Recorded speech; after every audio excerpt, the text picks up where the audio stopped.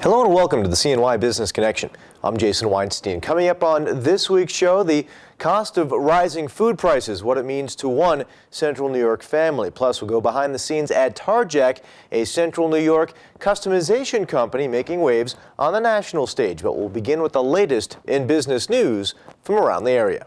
Dairy farming is the region's biggest ag business, which is something of a miracle given that the price farmers are paid for their milk, a price set by federal food policy, often is less than their cost to produce it. And America has a cheap food policy, and there lies the problem. You know, how do you maintain an industry if you aren't paying production costs for the products you're receiving? Dairy farmers are price takers, not price makers. We have been victimized by our government and the Congress especially. The challenge is being met several ways. The State Department of Agriculture and Markets helps farmers hold down costs. If we can't affect that price, let's try to affect the other side of the equation, the cost side of the equation. The Farm Bureau tries to get state legislators from the city to understand farm economics. In today's economy, it's even more stressful for the agricultural industry, which, you know, at the store level, you may see some increases of prices, but much of that is due to fuel costs, not due to cost of production. And taking the fight to Washington is Ken DeBell, known as Mr. Milk, who notes the steady loss of local farms, even as local demand from this yogurt plant soars. It's just too bad that we don't have more farms to feed that plant. They're bringing in milk from Vermont and Pennsylvania to get 22 loads a day, and we're supposed to go to 50 loads a day. And that plant will process it. Agriculture Day 2011, celebrating success, but in some cases, still struggling for survival. The New York State Energy Research and Development Authority, or NYSERDA, is launching an incentive program for businesses, hospitals, and other large power consumers interested in installing fuel cells. The technology allows users to generate some of their own power with clean energy technology, using less energy from the electric grid. The program will provide as much as $21 million through 2015. The program provides an incentive toward the cost of fuel cell installation, plus payments over the first 3 years of operation based on power produced. Companies can collect a total payment of up to $1 million for fuel cells based on the size of the project. The agency will review applications and award funding on a first-come, first-served basis. A small fuel cell that generates 10 kilowatts could cost about $35,000 for the cell itself and about $68,000, including installation, before incentives are applied, according to NYSERDA. When you were in high school, could you wait until you were finally an adult? Well, Vision's Federal Credit Union is continuing its Life is a Reality program, which forces students to see what life is like, at least financially, on their own. Students are challenged to create a budget, pay their bills, and even support a family.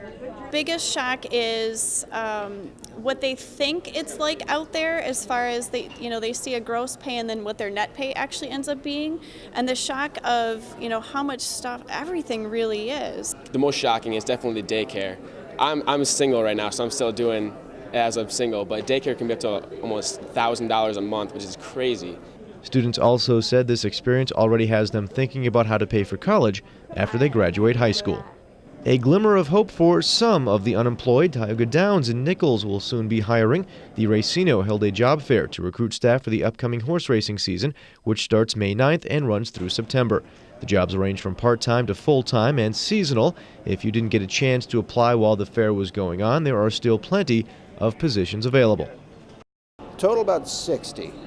And right now we've had some good quality people coming through here today, but we'll still have plenty of positions to fill on Tuesday. Tioga Downs begins its application acceptance process March 22nd. We hope you enjoyed that. When we come back, go behind the scenes at Tarjac, a Central New York customization company making waves on the national stage. Plus the latest bit of business wisdom from someone who has lived it, thanks to our friends at Prendismo.com. I'm Norm Poltenson. I've published the Central New York Business Journal for 25 years. Our success is based on the fact that we know only one audience, owners and managers of businesses in Central New York. We publish stories for them, we don't offer sound bites, and we always source our information. Maybe technology's changed since I started publishing 25 years ago, but not our mission. You can always rely on the Central New York Business Journal providing your business news. I'm Susan from Tarjac. You may know us as the source for the best camo for your guns and bows, but we do so much more. Our custom work with automotive parts can transform any vehicle, our ATVs, sleds, four-wheelers, motorcycles. We've received national recognition for our work with Orange County Choppers, and we are most proud of our partnership with the future servicemen by providing customized helmets for the Army-Navy game. From the national stage to your favorite hunting ground, it's Tarjac. Welcome back. Time now to go behind the scenes at Tarjac, a Central New York customization company receiving national recognition, having recently been featured on American Chopper and having designed the helmets for the Army-Navy football games. We're going to have some stocks back here that are going to be painted, and then we have some that are already painted that we're going to dip.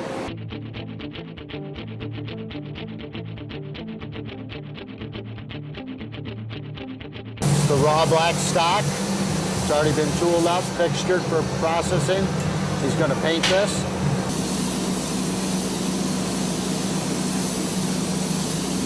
So once the stock is painted, then it's going to come up here after it's dried for an hour, and then the film is going to be applied.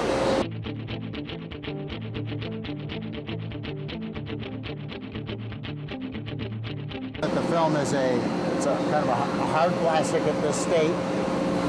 Once it comes down and it hits the water, it starts to dissolve.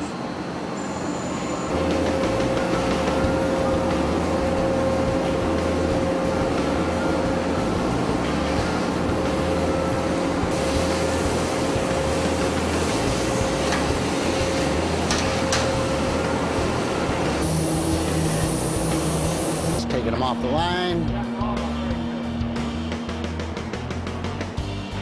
Take them over here to be packed. Now the packer will do a final inspection on the parts.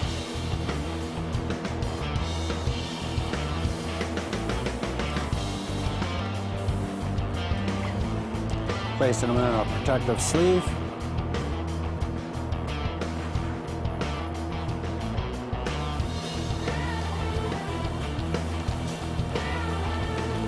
In the sleeve, in the box, ready to go.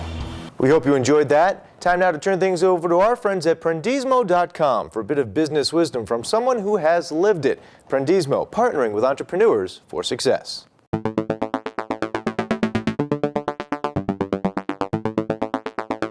I think the biggest issue in general with higher education is that it changes way too slow. Now there are good things in that and there are bad things in that, and you would get scholarly people to argue both sides of that. But given the crisis that we're in now, not just in this country but globally, I think everyone would have to agree we have to do something different, quicker, different, sooner. That crisis is what I would like to see people more focused on. I, of course, being an engineer, have great capacity and great desire to see the STEM discipline continue to grow in this country, because I'm smart enough to know that real wealth is generated by engineers, scientists, and mathematicians. Everybody else just manages that wealth. And real wealth in the 21st century is going to be harder to generate unless we change the way we educate our scientists, technologists, engineers, and mathematicians. I want to see the model, the classic model, arguably 20th century, maybe 19th century model of I-shaped people, transformed into more of a T-shaped person. People who are much more capable of collaborating, thinking in a multidisciplined fashion, in a global and in an open fashion. Time now to take a break, but when we come back, it's our business improvement segment. We'll have our latest tech tip from Cyber City and the latest from Bob Stezzi from Stezzi Training and Consulting. I'm Norm Poltenson. I've published the Central New York Business Journal for 25 years. Our success is based on the fact that we know only one audience, owners and managers of businesses in Central New York. We publish stories for them, we don't offer sound bites, and we always source our information. Maybe technology's changed since I started publishing 25 years ago, but not our mission. You can always rely on the Central New York Business Journal providing your business news. I'm Susan from Tarjac. You may know us as the source for the best camo for your guns and bows, but we do so much more. Our custom work with automotive parts can transform any vehicle or ATV, sleds, four-wheelers, motorcycles. We've received national recognition for our work with Orange County Choppers, and we are most proud of our partnership with the future servicemen by providing customized helmets for the Army-Navy game. From the national stage to your favorite hunting ground, it's Tarjac. Welcome back. Time now for our business improvement segment, and we'll kick it off with our latest tech tip from Cyber City. Hello, my name is Debbie Morris, Account Manager at Cyber City, a division of Blue Storm Technologies. As a business owner, your online focus is keeping your website updated and making sure that your email works without any issues. It's likely that you leave your website and email hosting to a third party, and unless a problem occurs, it should function transparently to your daily operations. However, recent changes by internet service providers have caused some issues for business email and their associated websites and e-commerce business. One of the biggest problems has been that regular email exchanges from known associates are suddenly being blocked because the sender's IP address is not being recognized. The solution depends on whether your hosting package is assigned a dynamic or static IP. This is a good time to do a review to see if your business is ready to move to a static IP. Many small businesses are using solutions that have dynamic IP addresses. An IP address is used to direct the traffic of the internet backbone and mapping it to your domain name. Dynamic IP addresses have always been a good, low-cost alternative for a company building their online presence. However, sharing a dynamic IP also comes with some risk. First, there are service disruptions caused by the need to renew IP addresses from the shared pool of available addresses. Also, there is the threat that your business can be flagged as a spammer if your IP gets reset to an IP address that was once used to send spam emails. If your domain is ever flagged, it can be an expensive process of time, effort, and money to have your name cleared from the blacklist. As the sole user of a static IP, you are protected from possible service disruptions caused by issues in renewing a dynamic IP and by having your domain associated with the illegal activities of other users. A static IP also provides additional benefits for a growing business if you are looking to set up a VPN or want to manage your own secured e-commerce store. More on static IP versus dynamic IP can be found on the hosting page at cybercity.com. Feel free to contact me or your Cyber City account manager to arrange for a discussion and understand the options available for your business. We hope you found that helpful. And speaking of helpful, this tip from Bob Stezzi from Stezzi Training and Consulting. Have you ever had a bad boss? No one wants to have a bad boss, and you don't want to be one either. Bad boss behaviors really infuriate people, they lower morale, and they hit your bottom line, because when people aren't happy, they don't produce. So today we're going to talk about 5 bad boss behaviors that you really want to avoid. The number one behavior to avoid is lying. Nothing upsets people more than being lied to by their manager, supervisor, team leader. Think about it, the only tool leaders really have to lead their people is communication. And if people can't trust that the communication is honest, what we say to our people means nothing. The number 2 bad behavior to avoid is using intimidation versus accountability when there are problems with people's behavior on the job. In other words, when people don't perform as we expect them to, it's a little bit more complicated than rewarding people for doing things right and punishing people when they're doing things wrong. Before we decide what kind of action is really required when people aren't performing, we have to diagnose what the situation is. Were they clear on what the expectations were to begin with, and were they trained properly? The only time that people really need to be held accountable for their behavior is when they know what they're doing is wrong and they're doing it wrong on purpose. Number 3 is really irritating, and it shouldn't be that hard to fix. This is passive-aggressive behavior. This is when the boss doesn't talk to the person that they actually need to talk to about a concern, but they talk to a coworker and hope that somehow indirectly that person will hear what the problem is. If you need to talk to somebody about their behavior or any issue, talk to the person directly. Bad behavior number 4 is actually 2 behaviors: gossip and sarcasm. These should also be easy to fix, but they're also easy mistakes to make. Stephen Covey once said, in order to keep the loyalty of those who are present, we have to be loyal to those who are absent. In other words, if we're talking about people who aren't with us, the people who are with us are expecting that we're probably gossiping about them when they aren't around. This really lowers morale. And also sarcasm. I think sometimes people think that using sarcasm is a way to indirectly bring things to people's attention or maybe even lighten the mood. But the truth of the matter is people rarely appreciate sarcasm. They take it as an insult, really, in disguise. And bad behavior number 5, people complain all the time about a lack of follow-up. It's great to listen to people, nod and smile, but we need to make sure that we're getting back to people to prove to them that we hear their concerns and that we're taking action to try to correct the problems that they're making us aware of. When we can't correct the problems, we have to remember to get back to people and close the loop.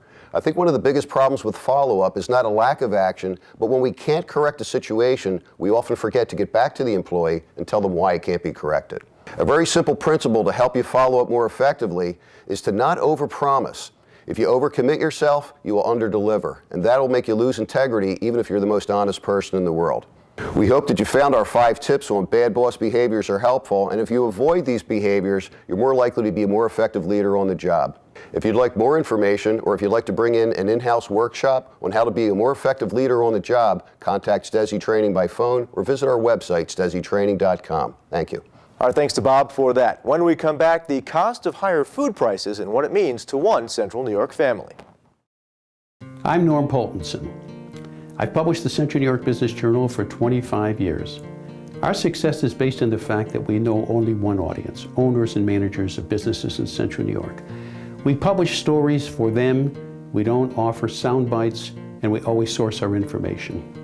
Maybe technology's changed since I started publishing 25 years ago, but not our mission. You can always rely on the Central New York Business Journal providing your business news. I'm Susan from Tarjac. You may know us as the source for the best camo for your guns and bows, but we do so much more. Our custom work with automotive parts can transform any vehicle, our ATVs, sleds, four-wheelers, motorcycles. We've received national recognition for our work with Orange County Choppers, and we are most proud of our partnership with the future servicemen by providing customized helmets for the Army-Navy game. From the national stage to your favorite hunting ground, it's Tarjac. Welcome back. Commodities prices have been going up as of late, and that includes food. What rising food prices means to one Central New York family. This sound may make you cringe when you know that the more you buy means the more you pay. But that's not exactly true for this mother of 6. Trisha Dean's kids range from 1 year to 15 years old, and her family of 8 lives off of her husband's income. Over the years, she's figured out how to make her grocery bill go down. It's tough. It's a lot of work. It takes a lot of work, a lot of effort, and it takes a lot of preparation. But for this last-minute shopping trip at Price Chopper, Trisha had no coupons on hand, so she heads right to clearance. Marked down to $2.25, and usually they're well over $5. The next bargain, in-store coupons that are literally stuck to the produce. Regular price $6.99 with a $2 coupon off, and I can get probably at least 2 or 3 meals out of this for our entire family. And the meat Trisha bought is worth more than $70, but not during this shopping trip. And all of this is all marked down, and it's under $30.